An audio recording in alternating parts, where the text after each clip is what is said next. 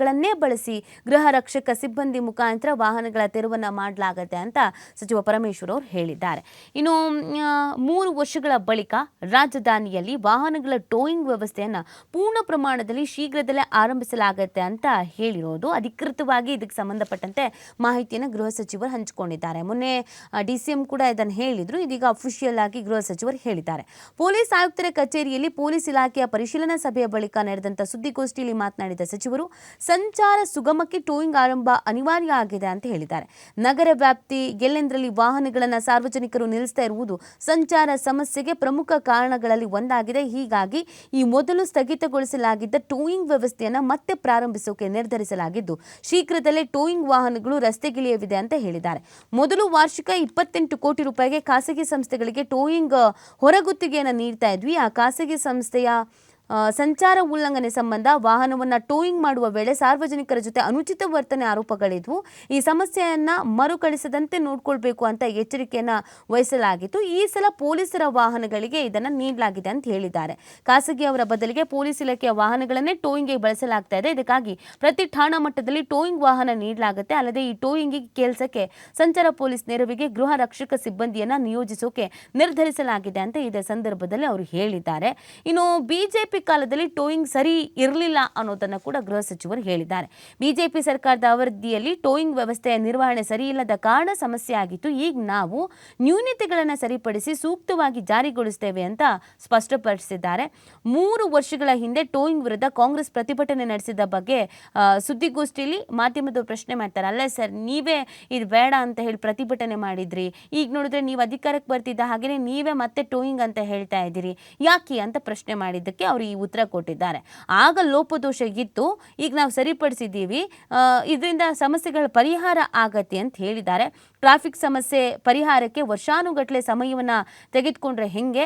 ಚರಂಡಿ ರಸ್ತೆ ಸರಿಪಡಿಸಿಲ್ಲ ಅಂದರೆ BBMP ಅವರನ್ನೇ ಜನರು ಕೇಳೋದಿಲ್ಲ, ಆದರೆ ಟ್ರಾಫಿಕ್ ಸಮಸ್ಯೆ ಆದರೆ ಪೊಲೀಸರನ್ನೇ ಜನರು ಪ್ರಶ್ನೆ ಮಾಡ್ತಾರೆ, ನೆನಪಿರಲಿ ಅಂತ ಅಧಿಕಾರಿಗಳಿಗೆ ಸಚಿವರು ಇದೇ ಸಂದರ್ಭದಲ್ಲಿ ಮಾತಿನ ಚಾಟಿಯನ್ನು ಬೀಸಿದ್ದಾರೆ. ಸೊ ಇನ್ನು ಇದಕ್ಕೆ ಟೈಮಿಂಗ್ಸ್ ಕೂಡ ಫಿಕ್ಸ್ ಮಾಡಿದ್ದಾರೆ.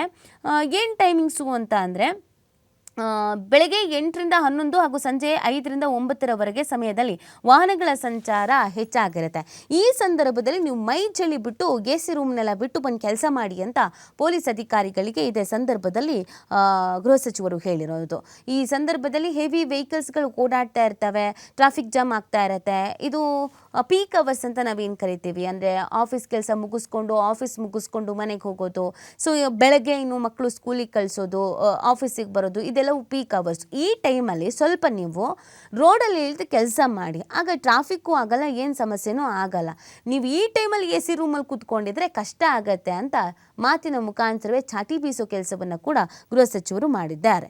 ಇನ್ನು ಮಳೆಯ ವೇಳೆ ಟ್ರಾಫಿಕ್ ಜಾಮ್ ಆಗುವ ಸ್ಥಳಗಳ ಬಗ್ಗೆ ವರದಿಯನ್ನು ಕೂಡ ಪರಮೇಶ್ವರ್ ಅವರು ಕೇಳಿದ್ದಾರೆ. ಇದೇ ಸಂದರ್ಭದಲ್ಲಿ ಮಳೆಯಿಂದ ಸಂಚಾರ ಸಮಸ್ಯೆ ಉಂಟಾಗುವ ಪ್ರದೇಶಗಳ ಕುರಿತು ಈ ವಾರದಲ್ಲಿ ವರದಿ ನೀಡುವಂತೆ ಸಂಚಾರಿ ಪೊಲೀಸರಿಗೆ ಸೂಚಿಸಿದ್ದೇನೆ ಅಂತ ಸಚಿವರು ಹೇಳ್ತಾ ಇದ್ದಾರೆ. ಈಗ ಮಳೆಗಾಲ ಪ್ರಾರಂಭ ಆಯ್ತಲ್ಲ, ಮಳೆ ಬಂತು ಅಂತಂದರೆ ಕೆಲವೊಂದಷ್ಟು ಸಿಗ್ನಲ್ಸ್ಗಳು, ಆ ಸಿಗ್ನಲ್ಗಳಲ್ಲಿ ಸಿಕ್ಕಾಪಟ್ಟೆ ಟ್ರಾಫಿಕ್ ಜಾಮ್ ಆಗುತ್ತೆ, ಸ್ಲೋ ಮೂವಿಂಗ್ ಇರುತ್ತೆ, ಮೂಮೆಂಟೇ ಇರೋದಿಲ್ಲ. ಅಂಥ ಪ್ರದೇಶಗಳಿಗೆ ಯಾವ್ದ್ಯಾವ್ದಿದೆ ಅದನ್ನು ವರದಿ ಮಾಡಿ ನಂಗೆ ವಾರದೊಳಗೆ ಮಾಹಿತಿಯನ್ನು ಕೊಡಬೇಕು. ಯಾವ ಪ್ರದೇಶಗಳಲ್ಲಿ ಮಳೆ ಬಂದಂಥ ಸಂದರ್ಭದಲ್ಲಿ ಸ್ಲೋ ಮೂವಿಂಗ್ ಇರುತ್ತೆ, ಎಲ್ಲೆಲ್ಲಿ ಟ್ರಾಫಿಕ್ ಜಾಮ್ ಆಗುತ್ತೆ, ಎಲ್ಲೆಲ್ಲಿ ಕಿರಿಕಿರಿ ಆಗುತ್ತೆ, ಸೊ ಅದ್ರ ಬಗ್ಗೆ ನನಗೆ ವರದಿ ಕೊಡಿ ಅಂತ ಸೂಚನೆಯನ್ನು ನೀಡಿದ್ದಾರೆ. ಅದಕ್ಕೆ ಸಂಬಂಧಪಟ್ಟಂತೆ ವಾರದೊಳಗೆ ವರದಿಯನ್ನು ಪೊಲೀಸ್ ಇಲಾಖೆ ಕೂಡ ಕೊಡುತ್ತೆ. ಒಟ್ಟಿನಲ್ಲಿ ಈ ಟ್ರಾಫಿಕ್ ಕಿರಿಕಿರಿಯಿಂದ ತಪ್ಪಿಸ್ಕೊಳ್ಳೋದಕ್ಕೆ ಸಾಕಷ್ಟು ರೀತಿಯಾದಂಥ ಪ್ರಯತ್ನಗಳನ್ನು ನಾವು ಮಾಡ್ತಾ ಇದ್ದೀವಿ ಅಂತ ಕಾಂಗ್ರೆಸ್ ಸರ್ಕಾರ ಹೇಳ್ತಾ ಇದೆ. ಸಹಜವಾಗಿ ಒಂದು ಸರ್ಕಾರದ ಒಂದು ನಿರ್ಧಾರದ ಬಗ್ಗೆ ಟೀಕೆ ಟಿಪ್ಪಣಿಗಳಂತೂ ಇದ್ದೇ ಇರುತ್ತೆ. ಹಾಗೆಯೇ BJPಯವರು ಕೂಡ ಒಂದಷ್ಟು ಟೀಕೆಗಳನ್ನು ಮಾಡ್ತಾ ಇದ್ದಾರೆ. ಯಾರಿಗೇನಾದರೂ ಮಾಡಲಿ, ಹೇಗಾದರೂ ಆಗಲಿ, ಜನರಿಗೆ ಸಮಸ್ಯೆ ಆಗದೆ ಇದ್ದ ಹಾಗೇನೆ ನೋಡಿಕೊಂಡ್ರೆ ಸಾಕು. ಈ ಟ್ರಾಫಿಕ್ ಸಮಸ್ಯೆ ಅನ್ನೋದು ತಲತಲಾಂತರದಿಂದ ಇದ್ದಂಗೆ ಇದೆ. ಹಾಗೆಯೇ ಎಂಥ ಸರ್ಕಾರಗಳು ಬಂದ್ರೂ, ಏನೇ ಕಾನೂನು ತಂದ್ರೂ, ಯಾವುದೇ ವ್ಯವಸ್ಥೆ ತಂದ್ರೂ ಇದರ ಕಿರಿಕಿರಿ ಮಾತ್ರ ತಪ್ತಾ ಇಲ್ಲ. ಆದಷ್ಟು ಬೇಗ ಇದಕ್ಕೊಂದು ಸೂಕ್ತ ವ್ಯವಸ್ಥೆನ ಮಾಡಿಕೊಡಿ ಅಂತ ಕೇಳ್ತಾ ಇದ್ರು. ಹಾಗಾಗಿ ಇದೊಂದಷ್ಟು ಬದಲಾವಣೆಯನ್ನು ಮಾಡ್ತಾ ಇದ್ದೀವಿ ಅಂತ ಹೇಳ್ತಾ ಇದ್ದಾರೆ. ಬಟ್ ಇದು ಎಷ್ಟರ ಮಟ್ಟಿಗೆ ಎಫೆಕ್ಟ್